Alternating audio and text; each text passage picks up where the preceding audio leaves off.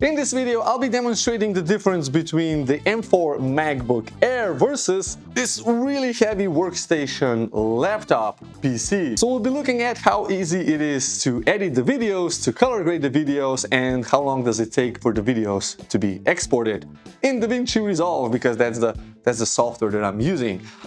Let's go. Okay, so let's start off first with the laptop PC. Fire up Davinci Resolve. Now I am using Davinci Resolve Studio and I only have one license key, so I cannot actually show you side by side. I have to switch the license between the two computers, but you'll see the difference, I'm pretty sure of it. Now, as I said, the PC is a workstation laptop. It has an i7, 3 GHz processor. It has 64 GB of RAM. It has 2 TB of SSD and a graphics card, which is the RTX Quadro 5000 with 16 GB of VRAM. So on paper, this thing should crush the M4 MacBook Air. So yeah. Okay, so let's open up a new project. I have my YouTube template project over here, which I will just open as read only, and then I can, change the name of the project. I have a basic timeline already set. I'm just gonna delete everything and bring in my clip. So I'll have it here on my desktop. I just pop this baby right in here like this, and there we go. It's a drone shot with my DJI Air 3S. So it's 10-bit video, as you can see over here. So it's like 10-bit video, H.265, 25 frames per second, 4K recording, and it's a really high quality drone video. And if I scrub through it, you can see that I am kind of lagging a little bit. Now, if I do the playback, I have 25 frames per second over here, but the whole scrubbing thing is, it's a bit laggy. And remember, this is a really beefy laptop PC computer and it's just a 4K video file. Now, as for my timeline settings, I'm actually using a 2K timeline, and if I change this to a 4K timeline, this is what I typically do, it's gonna be even harder. So color management, I have this for my color management because we will be coloring the video. Save this, and now we are running a 4K timeline, and well, the workflow, the playback is smooth, but the scrubbing feels a bit choppy. Now, personally, for me, this is fast enough for any sort of edit. I'm really expecting the MacBook Air to be faster. You'll see how much faster that is. Okay, so let's put a very fast color grade on this. Because this was shot with D-Log-M, I'm just going to put on an official LUT, so DJI, just the LUT on top of it, and maybe Alt-S and add a bit more sharpening, something like this. So this is now without the color grade. With the color grade, you can see this is the natural colors. I'll do exactly the same on the M4 MacBook Air, but I want to push this a little further just to show you how much effort it is to work with some effects. Film Look Creator, I'm gonna pop this baby on, and I'm just going to go with some default, like cinematic settings. I just have to make sure that my color spaces are chosen correctly. So this guy over here. Okay, so I have now a beefier color grade. I'm just gonna tone down the halation because it's always too hard. So this is without the extra color grade, and this is with the extra color grade. So without, you can see that the playback is smooth, but if I turn the color grade on, it's still smooth, so it still works really nice. And if I do the playback, I can see that I have around almost 25 frames per second playback on a 4K timeline. And if I go here, if I go to playback, timeline, playback resolution, and set this to half and play this, now it's working smoothly. So technically you want to do the color grade in the end, but can you edit a video if you have a color grade already applied? Well, with the playback resolution at half, yes. With the playback resolution of full 4K, it is a bit choppy. It is a bit choppy to work with, but it's almost there. Now I could set my timeline resolution to be 2K and then just switch it to 4K upon exporting, but sometimes you forget that and it's a bit weird. So I'm just testing out the max of what this PC can do. Now with this color grade, I'm actually going to add an animated title. So let's go effects, titles. I think the one that's really hard is the digital glitch, which is this guy over here. Now I use a lot of these titles. So digital glitch pretty much looks something like this, and you can see how much this is struggling. Now it's going from that 20 frames per second to like 8 frames per second. And again, if I do the playback resolution to half, which I'm just going to leave now because it makes no sense to use full, yeah, there's almost no difference. And that's what I've noticed with the PC version of DaVinci Resolve.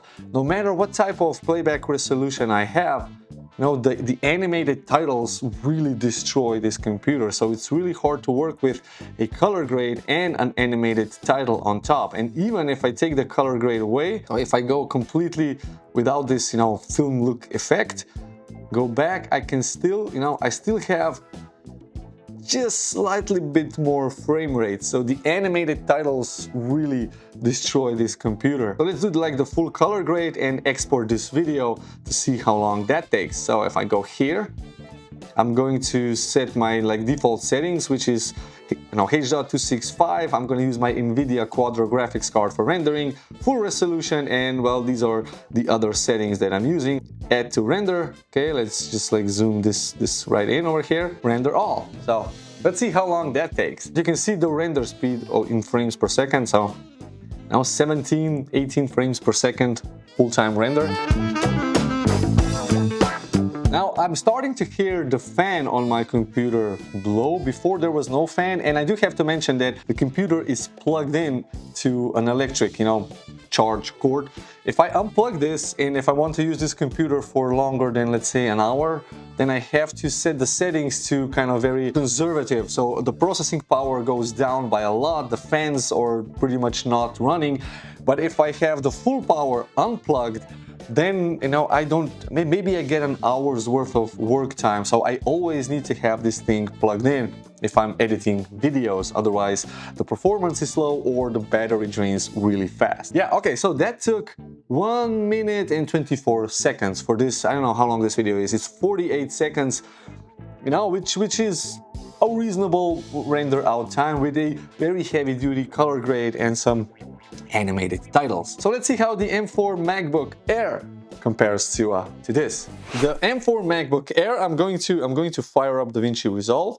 I have the same version, so the version 20 on both of these, and both of them are studio versions. It opens up much faster. So let's just do the same thing. Open is read-only. Okay, let's get rid of all of this. And I'm gonna make sure that my timeline is set to 4K.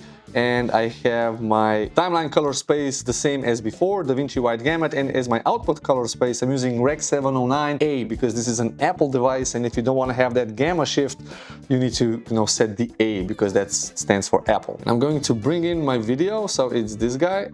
Right over here, you can see the same video file. I'm gonna put this on my timeline, so like this, and let's just zoom it in all the way. Right off the bat, I mean, this scrolls much smoother, and I have my playback set to full, and as you saw before, it is a 4K timeline. So 4K timeline, 4K video, no half resolution playback, and the video plays completely smoothly compared to what we had before. Of course, playback is going to be smooth. So let's do the same color grade. Again, the playback is going to be smooth, but then I'm going to add that film look creator. So let's go like this and do the cinematic thing that we did before, okay? And I think I changed the halation.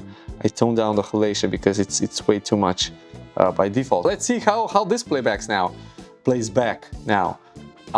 It's running slower than what was running before on my PC. So this kind of whole color grading effect, it's giving this computer a hard time. But the main difference comes here. If I set this to half, so half the playback resolution in my editor, now it's running smoothly. So there's a much bigger difference in this timeline playback resolution on an Apple device than on a PC. On a PC, there's hardly any difference. Here, there's a major difference between using full resolution and half resolution. In this case, I would use half resolution for editing if I would already have the color grade applied. Now let's apply that text title. Bring this guy over here like this, and let's see the difference. So 25 frames per second. And it's running at 25 frames per second. Now, yes, it is half resolution, but the digitally animated, the animated titles really work fast on this M4 MacBook Air. So this is a really big difference. Now for me, the editing process like this is better, even though at full resolution the video is running slower, so I set the half resolution, but then I have everything, the animated titles, the color grades, and everything is running smoothly, whereas on a PC, any animated title destroys my PC regardless of my playback timeline resolution. Even if I set it to quarter, it's still going to destroy the computer. The really big difference comes with the export. So let's do the same thing as we did before. I'm going to choose the same settings, although here I don't have my NVIDIA export, no settings. I have just the H.265 and, use hardware accelerated if available. Of course, it's available because this thing has a GPU. Oh yeah, by the way, this is a 10-core CPU, 10-core GPU, 24 gigabytes of RAM, 512 gigabytes of disk space on this M4 MacBook Air, and it is sky blue, and it's also not plugged in. So this is running off the battery, and I think I can say safely around 8 hours plus of editing time if I'm doing the same thing as this. Editing, okay, exporting takes a bit more strain on the computer as the computer will get hot. Now it's completely cool.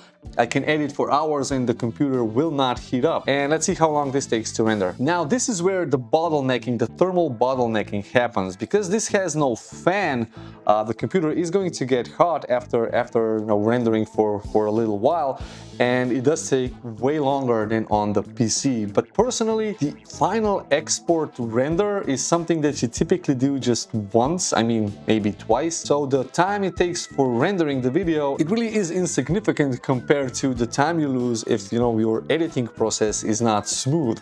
So I rather have a smooth editing process where I can review the full video on my timeline. I can play it back as many times as I want, and then once I'm happy, I just export it or render it out once. So even if it takes longer on this portable travel laptop tablet computer, which runs off batteries for the whole 8-hour workflow workday, yeah, I mean, I take this over the PC anytime. And considering that this weighs like 4.5 kilograms, this is a really big, heavy computer. Yes, it's 17-inch, it has an OLED, I think it's 10-bit display. Wonderful thing for editing, but not really useful for carrying around. Where this I can easily put in my backpack alongside with all of my camera gear or all of my drone gear. A definite must-have. So let's wait for the render time.